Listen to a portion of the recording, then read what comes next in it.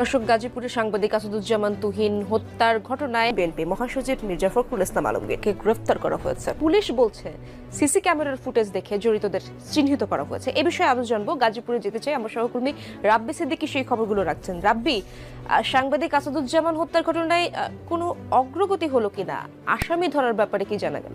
শিল্পী, আপনি জানেন যে এই সাংবাদিক তুহিন সে গাজীপুরে চাঁদাবাজির সংবাদ সংগ্রহ করতেছিলেন।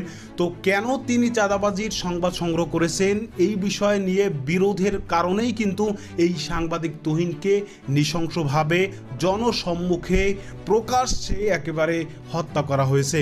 তো যারা মূলত এর প্রত্যক্ষদর্শী এই ঘটনার, তো তারা বলছে যে এই ঘটনার সাথে বিএনপির নেতাকর্মীরা সরাসরি জড়িত রয়েছে এই হত্যাকাণ্ডের সাথে, এবং যেই কারণেই কিন্তু এবার এই বিএনপির মহাসচিব মির্জা ফখরুল ইসলাম আলমগীর সাহেবকে এ বিষয়ে জিজ্ঞাসা